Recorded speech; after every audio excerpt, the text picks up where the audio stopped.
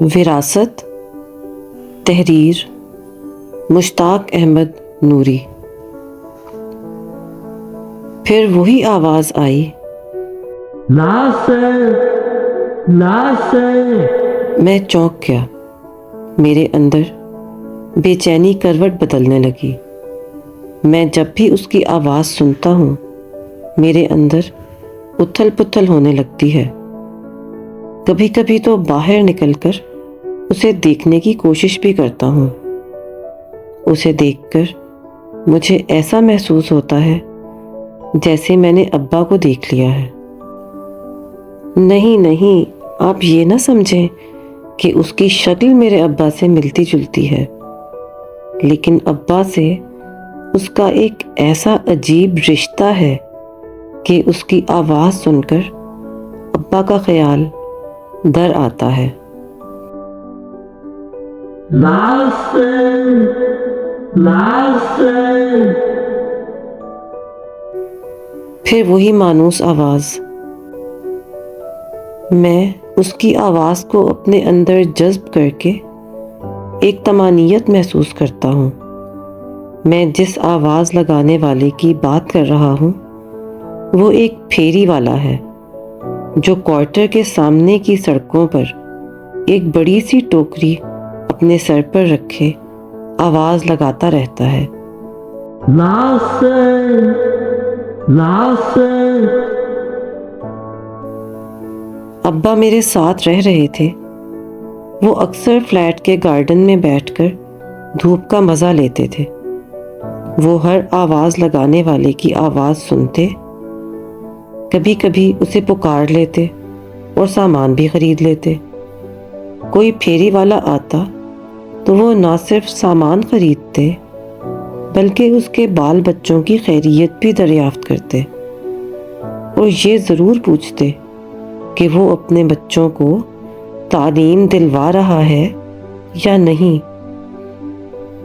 اگر کوئی کہتا کہ وہ اپنی غربت کی وجہ سے بچوں کو نہیں پڑھا پا رہا تو پھر اسے ایک لمبا لیکچر دیتے اور پڑھائی کی ترغیب بھی دیتے۔ ناصر، ناصر۔ پھر وہی جانی پہچانی آواز آئی۔ میں اس آواز کی طرف متوجہ ہو گیا۔ دراصل ایک بار وہ اپنی مخصوص آواز لگاتا ہوا پھیری لگا رہا تھا، لیکن ابا اس کی آواز سن کر یہ اندازہ نہیں لگا پا رہے تھے کہ وہ کیا بیچ رہا ہے۔ انہوں نے آواز دے کر اسے اندر بلایا اور دریافت کیا، کیا بیچ رہے ہو؟ کہنے لگا، لہسن بیچ رہا ہوں۔ ابا سمجھ نہیں پائے، پھر پوچھا۔ جواب آیا، لہسن بیچ رہا ہوں۔ تب ابا نے اسے سر سے ٹوکری اتارنے کو کہا اور جب اس نے ٹوکری زمین پر رکھی تو سامان دیکھ کر ابا مسکرا پڑے۔ تم لہسن کو لہسن کیوں کہہ رہی ہو؟ لہسن بولا کرو تاکہ لوگ سمجھے کہ تم کیا بیچ رہے ہو۔ پھر اس سے 2-4 بار لہسن کی گردان کروائی۔ ضرورت تو نہیں تھی، پھر بھی اس کا دل رکھنے کے لیے لہسن خریدا اور صحیح تلفظ بتا کر روانہ کیا۔ وہ ٹوکری سر پر رکھے پھر وہی آواز لگانے لگا، ناصر، ناصر۔ اس کی آواز سن کر ابا مسکرا پڑے اور بڑبڑائے، یہ سب پرانی عادت ہے، اتنی آسانی سے تھوڑی جائے گی۔ اس کے بعد وہ جب بھی آتا ابا کو باہر دیکھتا تو پرنام پاتی کرنے چلا آتا۔ ان سے گفتگو کر کے اسے بھی سکون ملتا۔ ایک بار تو ابا نے مجھے بلا کر کہا، اس لہسن بیچنے والے کو چائے بسکٹ کھلاؤ، یہ بھی اپنے بچے کو اسکول بھیجنے لگا ہے۔ پھر انہوں نے اپنی جیب سے 100 روپیہ نکال کر دیتے ہوئے کہا، 我祝意大利把儿子干呐。 उस दिन वो अब्बा का पाँव छूकर प्रणाम करके गया। अब्बा रहते तो थे मेरे साथ, लेकिन वो खुद को तन्हा महसूस करते। वजह ये थी कि उनसे कोई बात करने वाला न था। गांव में तो वो लोगों के दरमियान घिरे रहते, हर कोई उनसे मशवरा करता। ज़मीन का झगड़ा निपटाने में तो वो माहिर समझे जाते थे। वो अंग्रेज़ के ज़माने के अमीन थे। उस ज़माने में अमीन को श्रीमान कहा जाता था, इसलिए ज़्यादातर लोग आज भी उन्हें श्रीमान के नाम से ही बुलाते थे। जब मामला ज़मीन की नापी का होता तो अब्बा का फ़ैसला आखिरी माना जाता। पहले बुलाए गए अमीन नक्शा नापते, फिर ज़मीन की पैमाइश होती। सारा काम अब्बा की निगरानी में होता। फिर दूध का दूध और पानी का पानी साफ हो जाता। कभी कभी वो इतना मसरूफ़ होते कि दिन का खाना ही गोल कर जाते। वो जिसका काम करते उसके यहाँ खाना नहीं खाते थे। कोई लाख खुशामद करता, मगर बड़ी मोहब्बत से इनकार कर देते। एक बार मैंने कहा, अब्बा आप दिन भर भूखा रहकर खुद पर जुल्म करते हैं। गांव के ही लोग हैं, क्यों नहीं खा लेते? कहने लगे, नहीं बेटा, मैं इंसाफ करने जाता हूँ। कहीं ऐसा ना हो कि जिसका दाना पेट में जाए उसकी जानिब झुक जाऊं। मैं डरता हूँ कि मुझसे इंसाफ करने में कोई चूक ना हो जाए। ये सब सुनकर आज के ज़माने में वहशत होती है। आज तो बग़ैर खाए खिलाए इंसाफ ही नहीं मिलता। लेकिन अब्बा हैं कि एहतियात का दामन कभी छोड़ने पर आमादा ही नहीं हुए। मैं उनको जब भी गांव से पटना लाता, वो भागने के चक्कर में रहते। यहाँ वो तन्हाई के असीर हो जाते। भरे पूरे घर में कोई बात करने वाला ना मिलता।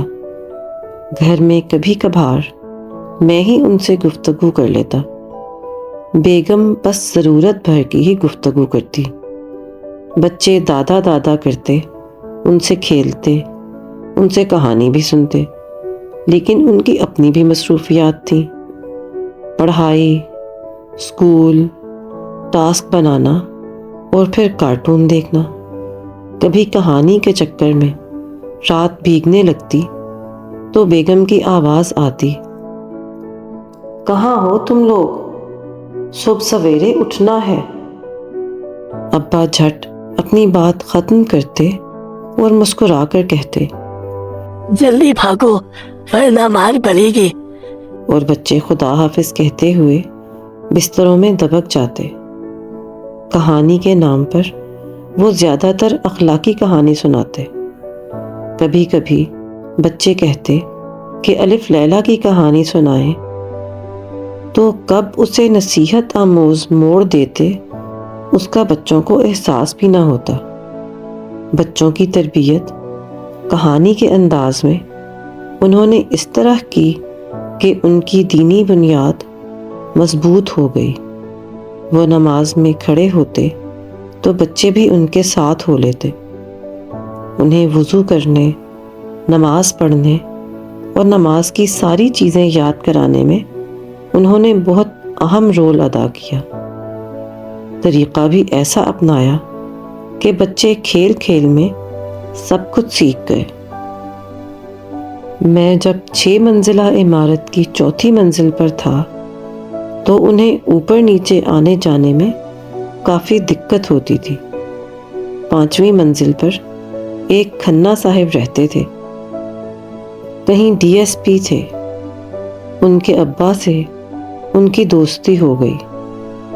फिर तो अब्बा का वक्त बहुत आसानी से कटने लगा। एक दिन उन्होंने बड़ी अफसुर्दगी से कहा, जानती हो खन्ना साहिब के अब्बा को क्या क्या करना पड़ता है? 无所不是为的把群们真是我的根都拉的हे पोते को स्कूल बस तक छोड़ने जाते हैं, फिर शाम को भी घर का सौदा सिर्फ बाजार से वही लाते हैं। फिर अफसरदा हो गए और ठंडी सांस लेकर बोले, बेचारे बूढ़े आदमी को दिन में 4-5 बार 5 मंजिल ऊपर नीचे चलना उतरना पड़ता है, कितना थक जाते होंगे वो। मैंने कहा, अब्बा, उनसे कोई ज़बरदस्ती काम नहीं करवाता, उन्होंने खुद ही ये सारी जिम्मेदारी ओढ़ ली है। दरअसल वो घर वालों को ये बावर करवाना चाहते हैं कि आज भी उन लोगों को उनकी ज़रूरत है। इस तरह वो खुद को मसरूफ़ रखते हैं और अपने होने का जवाज़ पैदा करते हैं। मैंने उनकी तरफ देखते हुए बात जारी रखी, दरअसल वो आज की ज़िंदगी के परवरदा हैं। उन्हें आपकी तरह गांव की तहजीब मालूम नहीं। आप अपने तौर पर उनकी मसरूफियत तोल रहे हैं। मैं जानता हूँ कि अगर मैं या आपकी बहू आपको थैला देकर ये कहें कि फ़लाँ फ़लाँ सामान बाज़ार से ले आएं, तो शायद बात तो आप मान जाएंगे, लेकिन दूसरे दिन ही अपना थैला लेकर घर रवाना हो जाएंगे, क्योंकि आप जिस तहजीब के परवरदा हैं वहाँ बुज़ुर्गों का अलग मकाम है।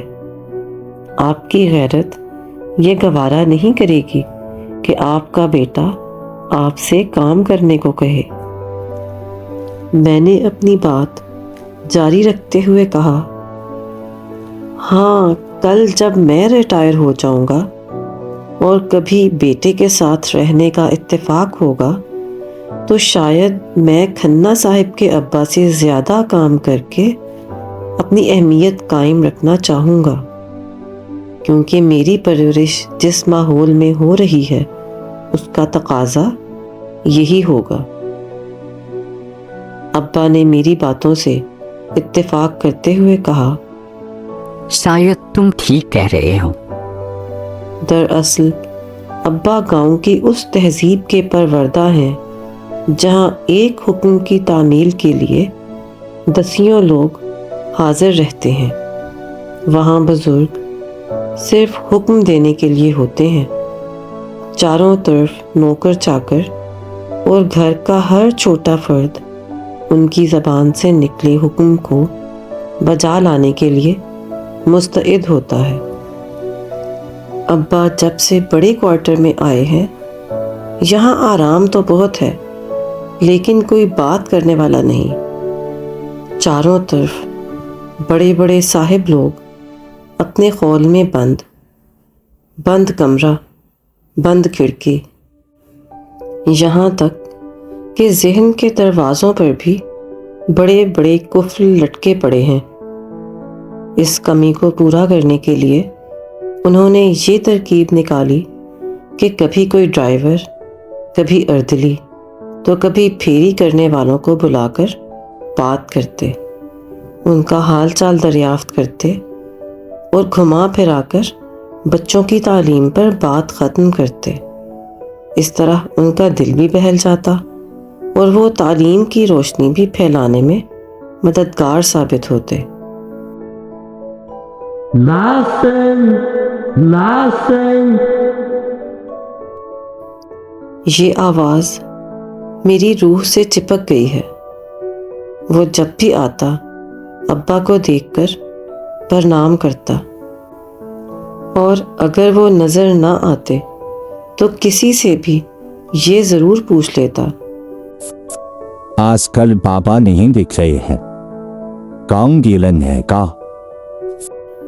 उसका भी अब्बा से एक अजीब सा रिश्ता कायम हो गया है।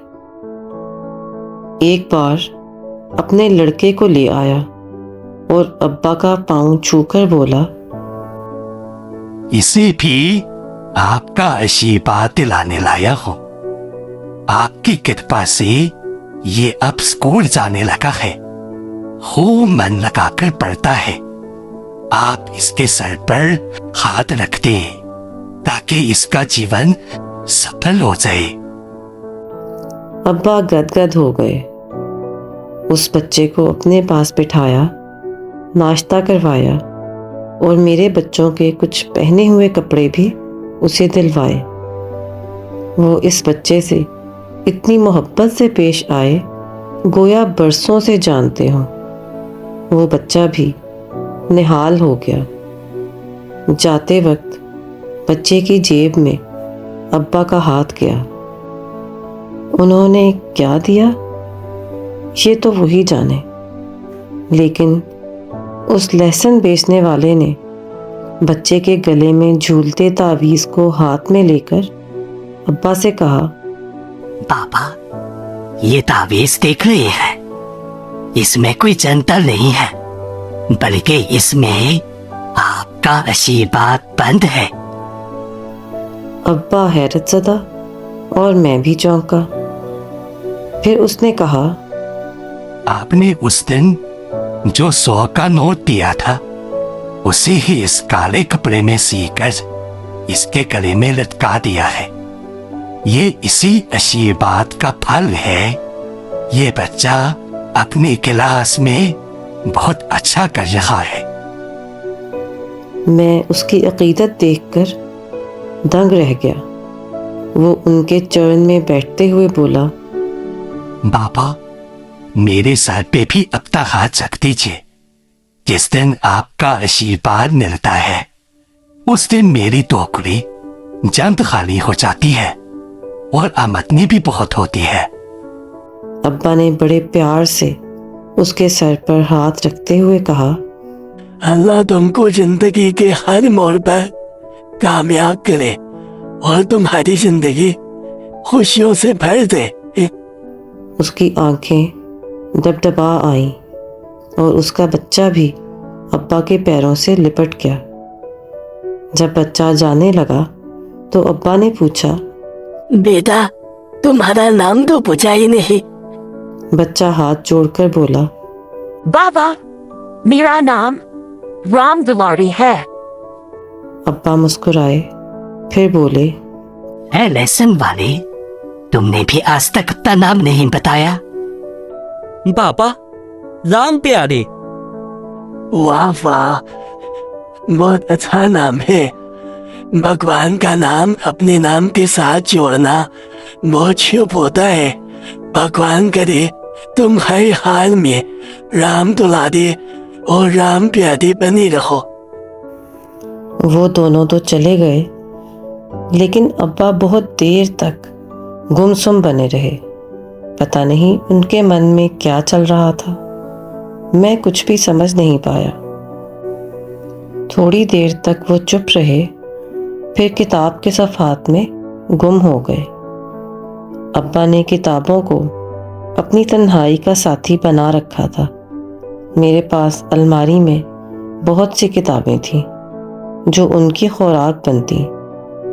ये पढ़ने की आदत उन्हें तन्हाई से बचाती थी और वो हर टॉपिक पर पढ़ते और कभी कभी मुझसे बहस भी करते और अपनी राय भी देते। सच पूछिए तो ये किताबें ही थीं जो उन्हें मेरे पास रोके रखती। इसके बाद तो वो दोनों बाप बेटा इस घर के फर्द ही हो गए। एक बार अब्बा ने राम दुलारे को रोक लिया कि कल इतवार है, यहीं रह जाओ। वो भी मेरे बच्चों से मिलकर काफ़ी खुश हुआ। अब्बा के पास ज़्यादा रहने के बजाय वो बच्चों के साथ ही टीवी पर कार्टून देखता रहा कि उस पर एक नई दुनिया का इंकशाफ हो रहा था। दूसरे दिन जब वो जाने लगा तो थैला भरकर कपड़े मिले। एक जोड़ा अब्बा की जानिब से नया मिला था, बाकी बच्चों के पहने हुए थे। Listen, listen. ये आवाज़ फिर मेरी समाज से टकराई है। اور لاشعوری طور پر میں باہر نکل آیا ہوں۔ رام پیارے سر پر بڑی سی ٹوکری میں لہسن رکھے کھڑا ہے۔ ابا کے کہنے پر لہسن کے ساتھ وہ ادرک اور ہلدی بھی رکھنے لگا تھا۔ مجھ پر نظر پڑتے ہی ٹوکری سر پر رکھے رکھے ہی ایک ہاتھ سے پرنام کرتا ہے، پھر میری جانب دیکھتے ہوئے کہتا ہے، بابا کو ادھر بہت دنوں سے نہیں دیکھ رہے ہیں، ان کا آشیرواد نہیں مل رہا ہے تو میری ٹوکری بھی خالی نہیں ہو پا رہی ہے۔ میں خاموش رہتا ہوں، اسے کوئی جواب نہیں دے پاتا۔ وہ پھر پوچھتا ہے، بابا گاؤں سے کب تک آ رہی ہے؟ میں اس سوال کا بھی جواب نہیں دے پاتا، صرف ٹکٹکی لگائے اسے دیکھ رہا ہوں۔ وہ میری خاموشی اور نظروں کے سونے پن سے کچھ تاڑ جاتا ہے اور سر پر رکھی ٹوکری زمین پر پٹکتے ہوئے میرا پاؤں پکڑ کر زور سے چیخ اٹھتا ہے، بابا گزر گیلن ہے کا؟ میں پھر بھی کچھ نہیں کہہ پاتا۔ تھوڑی دیر تک وہ سبکتا رہتا ہے، پھر میرا پاؤں پکڑ کر گڑ گڑانے لگتا ہے۔ حضور تنی ہمارے سر پر اپنا ہاتھ دھر کر آشیرواد دے دیں، ہم یہ سوچ کر تسلی کر لیں گے کہ یہ بابا کے ہی ہاتھ ہیں۔ میں اس کی اندھی عقیدت کو کوئی نام نہیں دے پاتا۔ ایک بہت بڑا سوال اچانک میرے سامنے آ کھڑا ہوتا ہے۔ میں ابا کی اس وراثت کو سنبھال پاؤں گا کیا؟ امید ہے آپ کو یہ آڈیو افسانہ پسند آیا ہوگا۔ مزید آڈیو اسباق سننے کے لیے اگلے جمعہ میرے چینل پر واپس آئیے۔ شکریہ۔